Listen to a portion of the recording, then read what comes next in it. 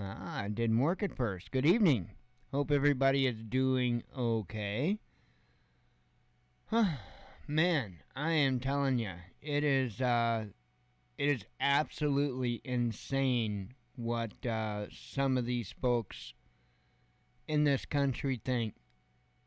Um, I was just trying to figure out what am I going to do the show on tonight, and a lot of times, howdy, Leo.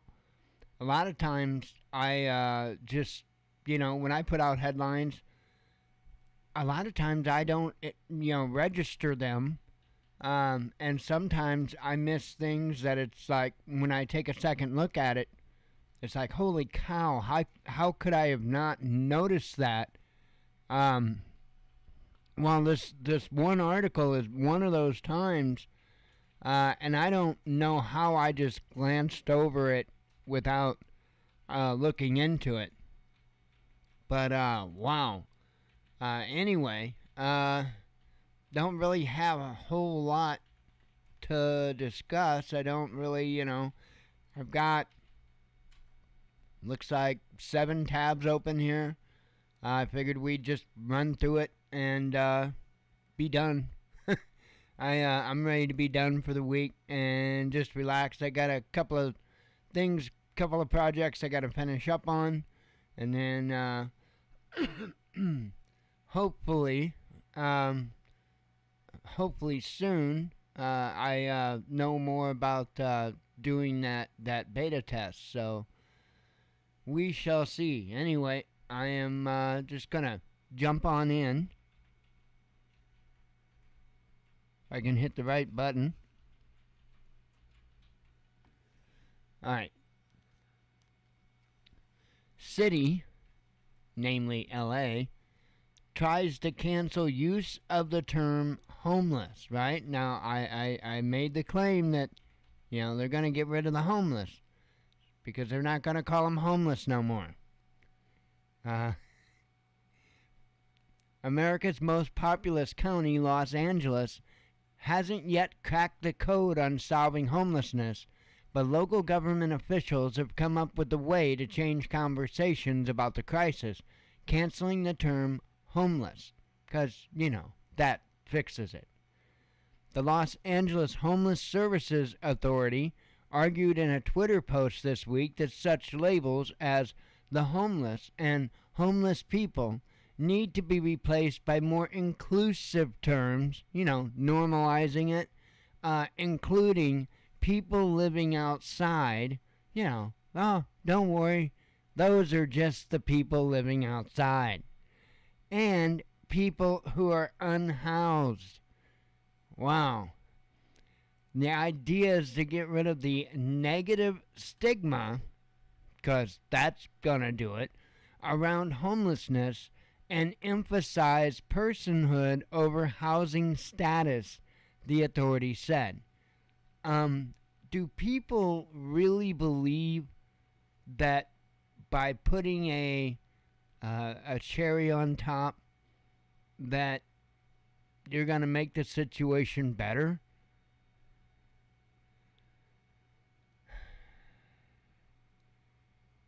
I think the language needs to go the other way.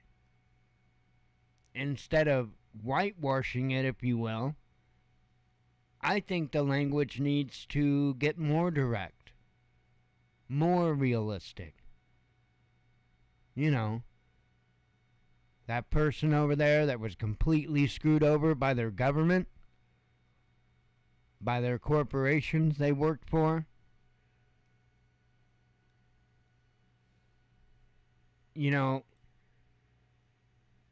They are trying to do everything they can now to normalize homelessness. Now, that's something that folks might want to let marinate in their mind for a little bit.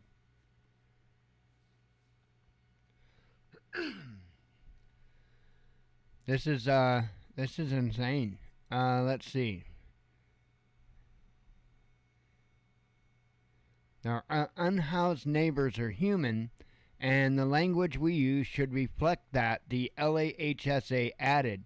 Let's abandon outdated, othering, and dehumanizing terminology and instead adopt people centered language. Again, that's not people centered language. Part of the idea is to use terminology that acknowledges a person's individuality, according to the agency, but it's not clear how people who are unhoused carries more individuality than homeless people. With respect, I often interview people on the street, said filmmaker Glenn Dunsweiler on Twitter. They don't care about euphemisms. They care about being looked in the eyes and being afforded dignity. I think the word solid just makes housed people feel better. Bingo. However, they might be labeled. Los Angeles has enough people living on its streets to populate an entire small city. The county's homelessness population jumped to 66,436 people in early 2020, up 13% from a year earlier. Since then, the LAHSA has stopped counting. Can you only imagine? I mean, that's mind-blowing to me. The town that we live in is shy of 10,000 people. This is over 6 times that. That's just the homeless. That is mind-blowing. The authority was scheduled to release new figures by May or June, but the update was pushed back to September. The new homelessness count is expected to show another large increase, given that rising rents and other inflationary pressures are pushing more people into the streets. Los Angeles reportedly accounts for about 20% of the U.S. homeless population, and an average of 5 such persons die each day. Large tent communities have sprung up along city streets and in public parks. City officials have been criticized for forcibly clearing out some of the encampments without providing a place for the occupants to go. Earlier this month, the Los Angeles City Council banned homeless camps within 500 feet of schools and daycare centers. The LAHSA oversees more than $800 million annually in local, state, and federal government funding for homelessness programs. Heidi Marston, who resigned as the authorities director earlier this year, lamented that even as an average of 205 homeless people in Los Angeles County were finding housing each day, 225 were losing their dwellings. Homelessness is a crisis we made, she said. We can unmake it if we only have the will. So, well, here's the thing. We need government to stop stepping on the toes of the individuals it's trying to help. Whether it be arresting pastors for trying to feed the homeless, or whether it's hauling off and destroying tiny homes that are built so they've got some place to go to get warm to stay alive during the winter, or cool during the summer. I just think it's nuts. I mean, why can't we try to figure something out? You know, yes, you have an element of the homeless that's how they prefer to be. Absolutely. But you can't label all homeless by that group, by that subgroup, because it's not even nearly the majority of them. Most people are homeless because they got put in a bad situation, they wound up on the streets, and once you start that downward spiral, it's really hard to get back up. And if you don't have a support system, it can be pretty much impossible. And it's crazy. Sometimes, you know, fault does rely on the individual, and other times it's just life just handed them a huge shit sandwich. Sometimes, like my case, it's a little bit of both. I'm not homeless, but I mean, I wasn't in too great of a situation in 2013, well, 2014. Anyway, I think you're going to see this get a lot worse here in the United States. You have a sip of coffee here.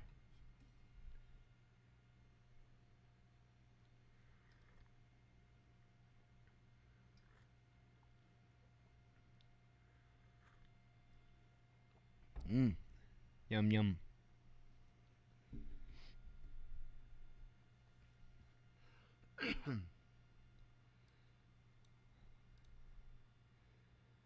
Let's see.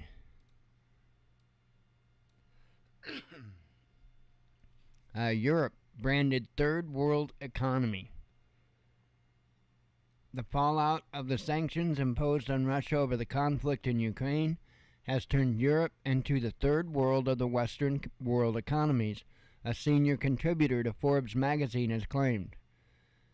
These days, the European stock market is the worst in the Western world, underperforming the U.S. by 10 basis points, Kenneth Raposa pointed out in his article on Tuesday.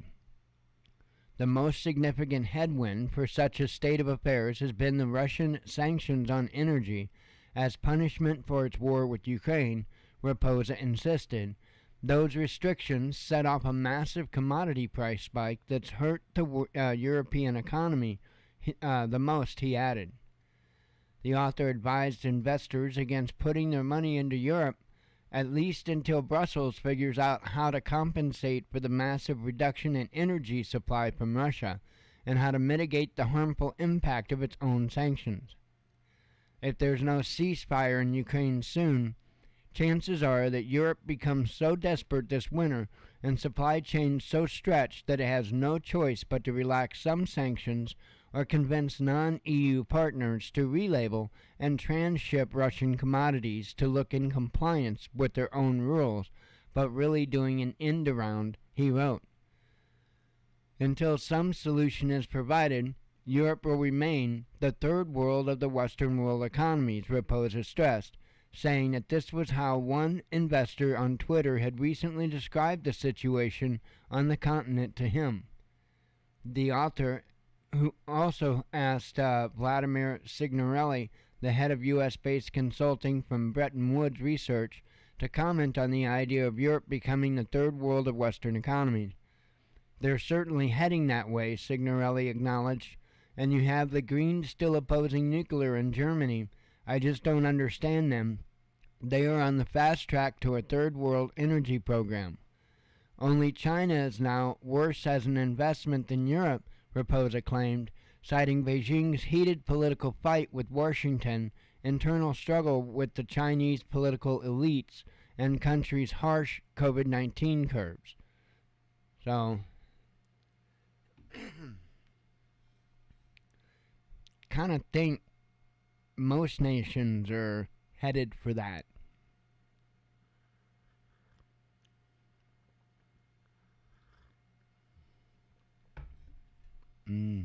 Coffee.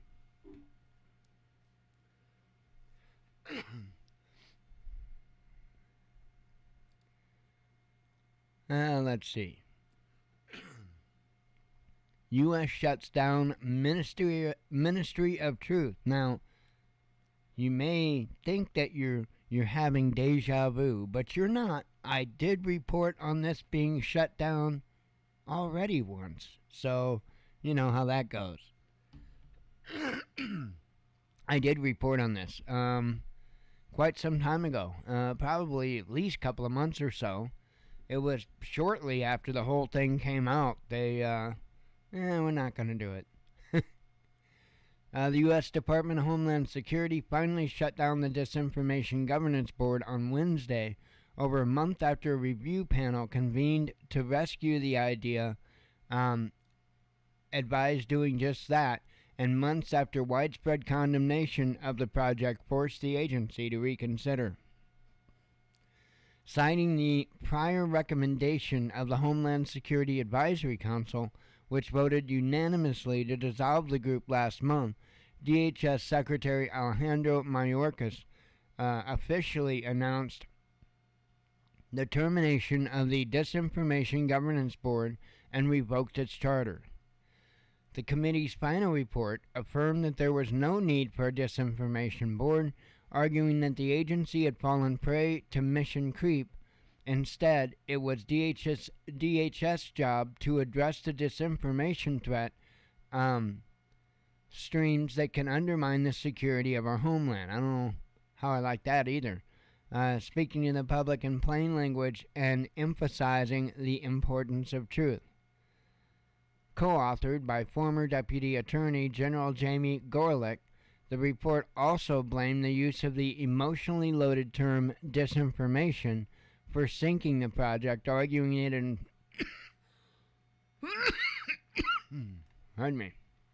inflamed the public's imagination regarding the new group's ambitions. The actual work of the department has been exaggerated, and the real work is extremely straightforward. They don't have a red pencil to correct everything in the world. That's not true, Sherlock clarified.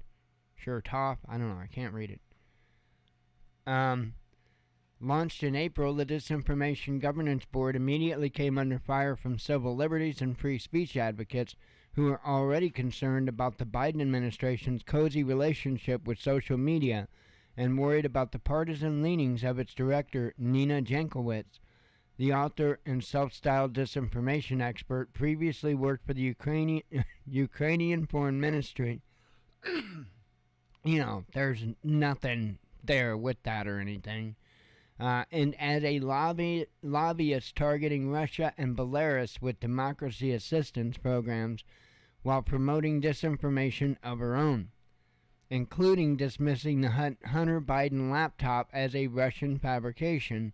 Leaked documents reveal she was also in the employ of the UK Integrity Initiative, a shadowy influence operation that meddled in the political process at home and abroad under the guise of defending democracy. Are you surprised? I'm not surprised.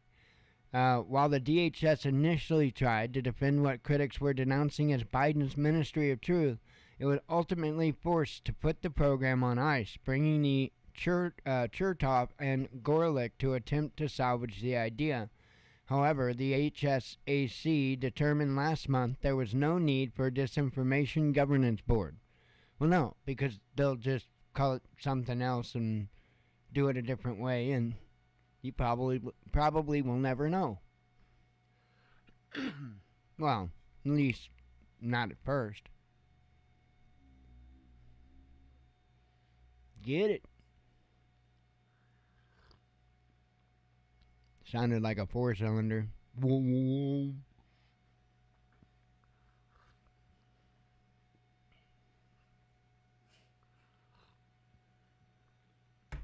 a little more rice in the tank. There to go. Alright.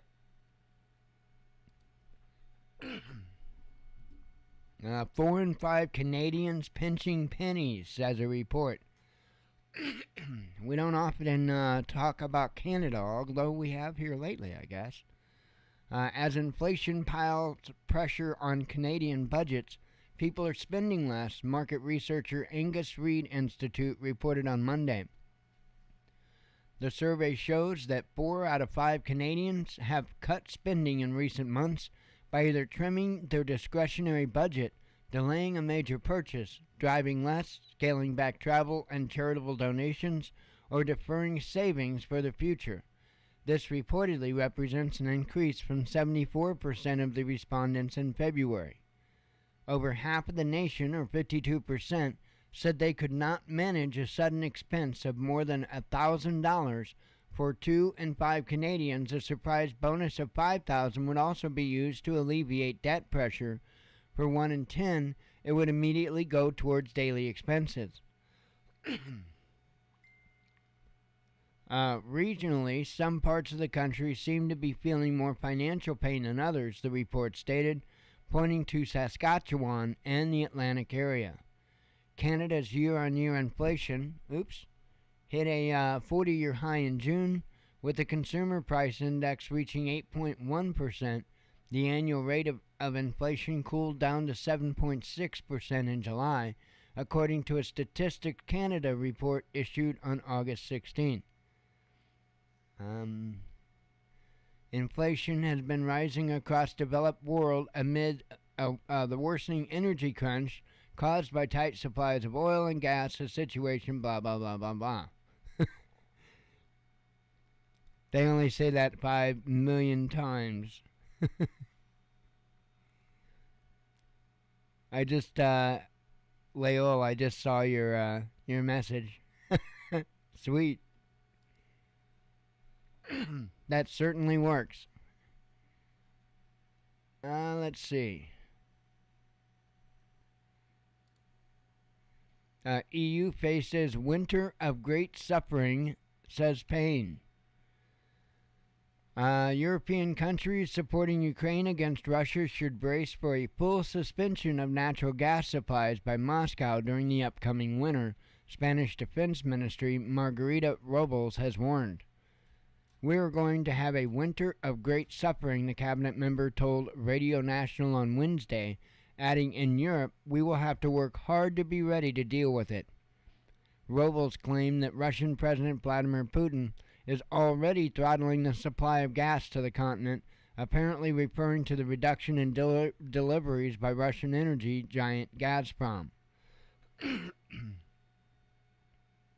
The company has blamed external factors for the loss of capacity, noting that Ukraine is refusing to pump gas through one of the routes running through its territory. Gazprom has also pointed to the sanctions-related delay in returning a German-made turbine for Nord Stream 1 pipeline following maintenance. European nations, meanwhile, have accused Moscow of reducing the flow for political motives. The EU, which has pledged to remove Russian fossil fuels from its energy mix within the coming years, in retaliation for Russia's attack against Ukraine, is facing a severe gas shortage. It's just all going back into the other stuff. Another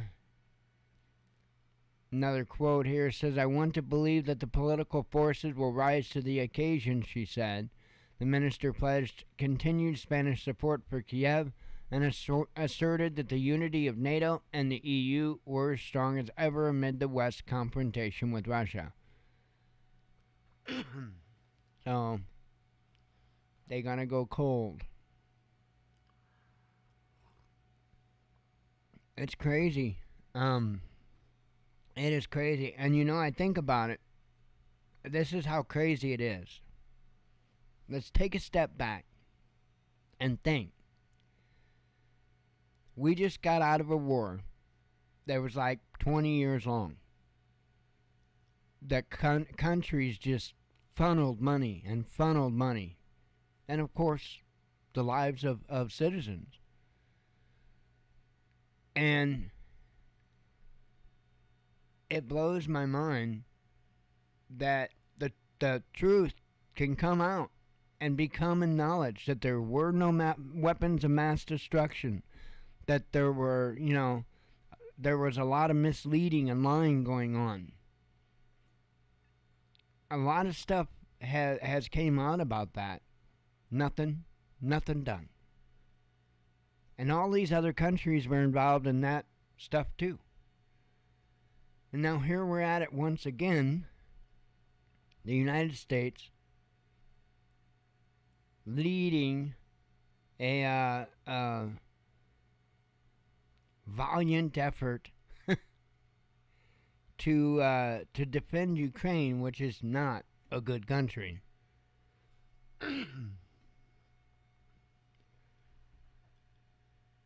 I'm telling you, it's gonna get stupid. I really think it's gonna get stupid, because this isn't just about Ukraine. This is about tons of citizens of these other countries freezing to death. This is about nations around the world not having enough food.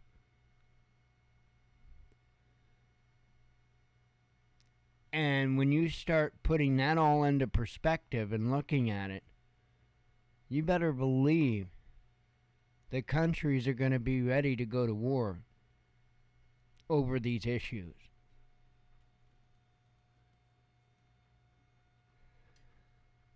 We'll see.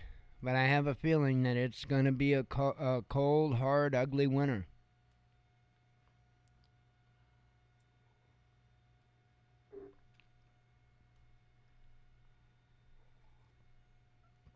Oh, I agree with you. Yeah, I mean, just seems like people just, I don't know, they just follow whatever the latest thing that the TV box tells them to. Yep. Oh, absolutely. Stay stocked up and stock up more. I mean, keep at it and keep at it. That's our plans. Just as long as we can, we're gonna keep at it. And I'm gonna do my best to keep hitting at food, and the other thing I need to get a little more of, I guess, is probably, well, of course, diesel fuel for the heater, and then more the white gas, not necessarily Coleman fuel, but even the generic Crown. I want to get at least a few more gallons, and I'd like to get like 6 more gallons of that. That would be nice. But we're definitely doing a lot better than we were. Stuff.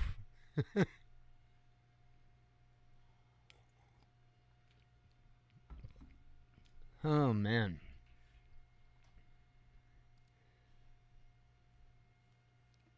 I'm going to have a vape.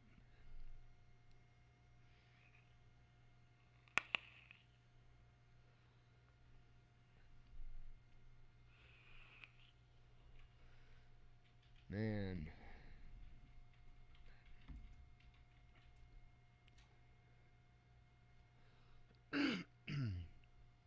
I've noticed. Seems like it's starting to get dark a little earlier.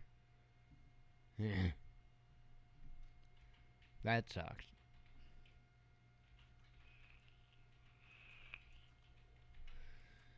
I really don't like winter. I don't like short days.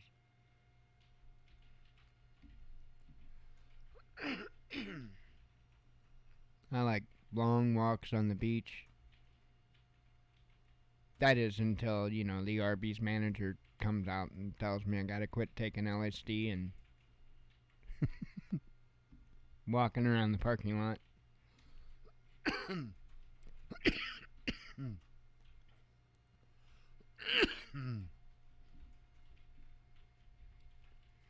Oh, let's see. Hey, hats off to anybody that's ever taken LSD and rode around a fast food parking lot. Just saying.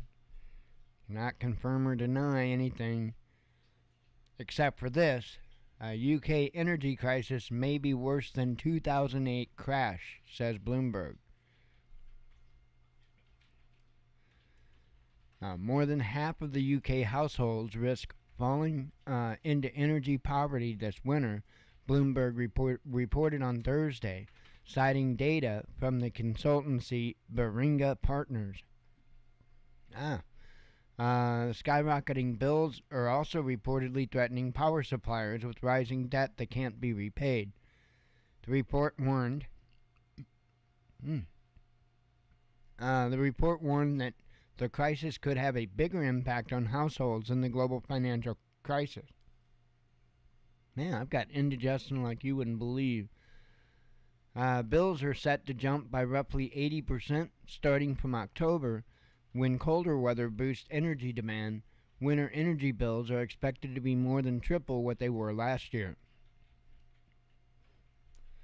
The impact to society will be higher than the 2008 crash in terms of the impact on households, James Cooper, a partner at Baringa, told the outlet. We're now moving into territory where a majority of households are placed into debt or a very fragile financial position. Average annual household energy bills in the UK are forecast to exceed £3,500 or $4,143 from October 1st, according to the Office of National Statistics. That amounts to more than 11% of median household disposable income. The National Health Service warned this month that UK could face a humanitarian crisis involving ill health, excess deaths, and rising inequality if the government does not take urgent action on rising energy bills. And I do want to speak to that, how they worded that. Let's see. If the government does not take urgent action. Well, let me explain to you what urgent action is. What they mean by urgent action. What they mean by urgent action is they want the government to nationalize the utility companies. And that is about the dumbest thing that you could do. You know how dumb that is? That would be as dumb as saying you're going to forgive a bunch of loans and actually paying the banks for the fraudulent loans that they gave out. That's that stupid. Absolutely that stupid. Man. So anywho, that's what they want to do. They want to give the government control over utilities. This is orchestrated 100%. It's very easy to get people to beg for what they want. Not what the people want, what they want. It's real easy. All they have to do is feed into us. Right? The whole YOLO thing. You know how many lives were destroyed just with that notion? It's crazy.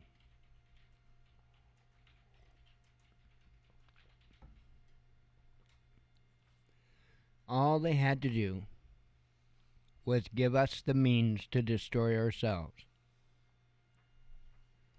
And then just give us a little push.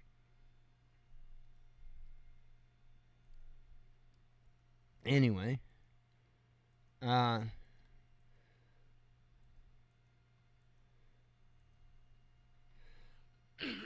this is absolutely nuts. And then lastly, I've got one more tab open here. Switzerland to slash winter energy consumption, says media.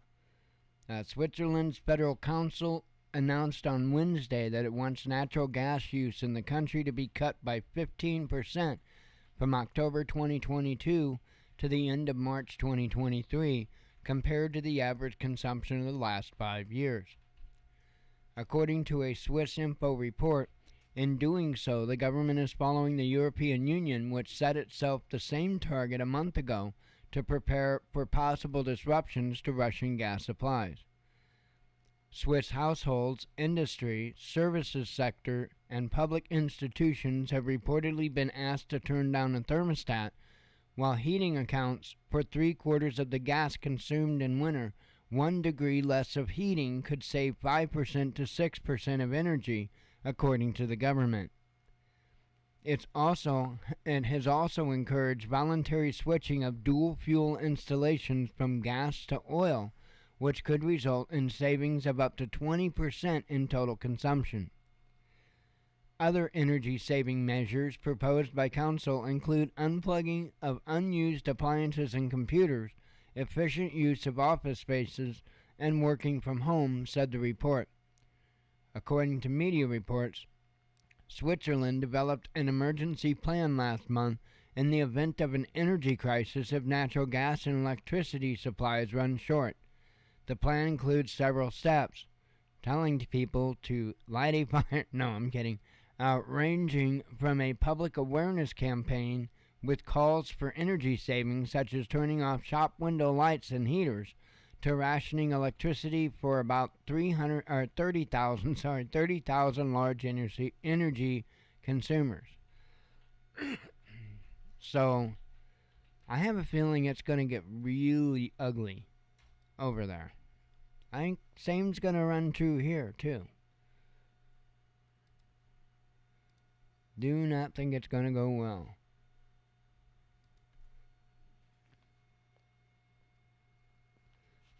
Ears itching me like crazy. Do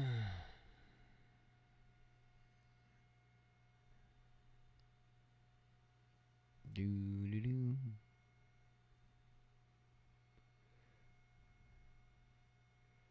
Okay.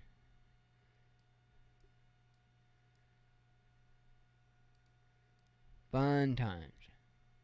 Not really, but okay. Now that my headphones are all messed up.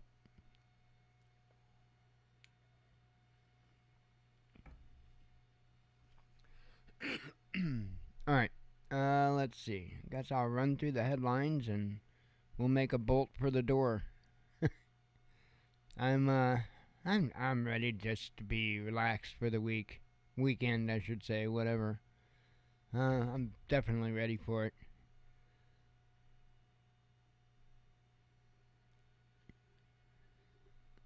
I'm trying to read up there.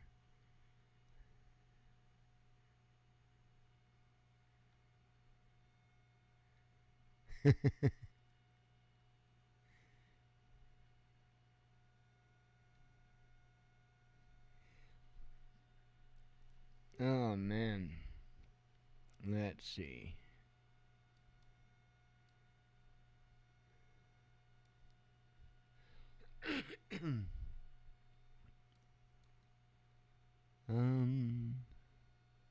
Fortunately, the weather hasn't been stupid hot around here lately. That's been good. Okay. There we are. Facebook and Twitter delete pro-Western bot networks, says a study. U.S. governor says little elf Fauci should be chucked across the Potomac. I can go with that. Germany reveals new energy limitations.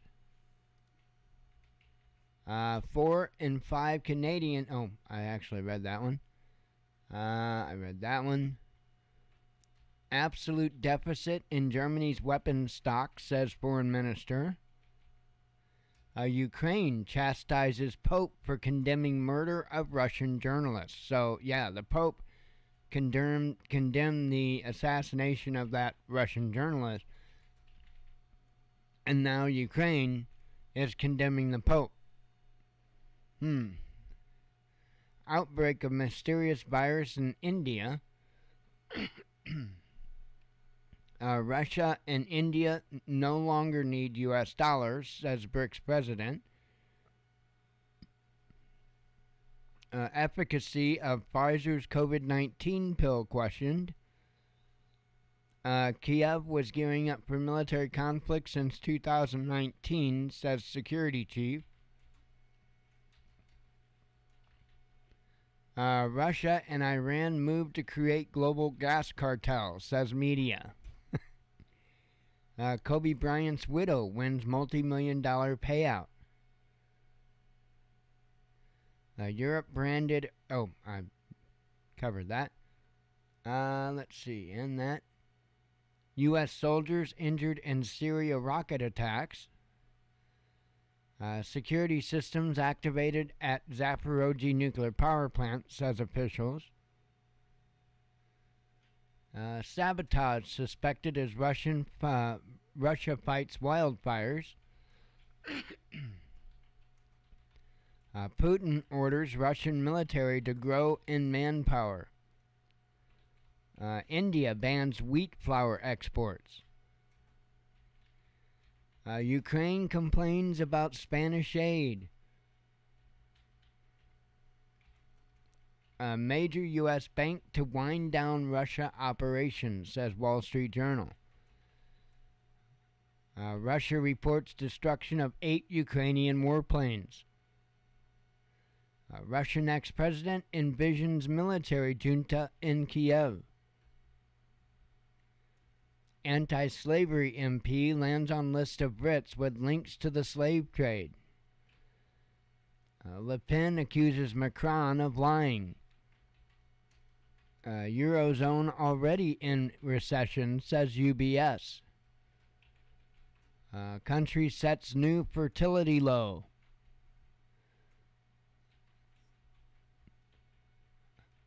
Texas governor barcoding migrants, New York City official claims. Supplying modern fighter jets to Ukraine would take years, says the Pentagon. Germans warned of toilet paper shortage. Another U.S. politician visits Taiwan. NATO chief outlines Arctic expansion. Ukraine strikes chemical plant, says DPR. Americans to get medals for Ukraine. A city tries to cancel use. I covered that. Los Angeles-bound plane catches fire. Google to inoculate Eastern Europeans against disinformation. Russia and U.S. reveal status of nuclear talks. FBI raid spurs shift in Trump's voter support. That's it. That's all the headlines. Yeah, I thought that was kind of a no-brainer, really, about Trump gaining more support after that clown show that went on. Anywho, I am going to get jiggy with it and get out of here and relax until Sunday evening. And I know I keep threatening I might bring you along for a flight. I may just have to do it. I not gonna be quite so crunched for time, so I may have to do that. Take you guys for a flight in the F-22. We'll go chase somebody. Anyway, I am gonna get out of here, and I shall talk to you all on Sunday, if not sooner. Anyway, thanks for coming. As always, God bless you. We love you. Be one with your spirit. And shalom.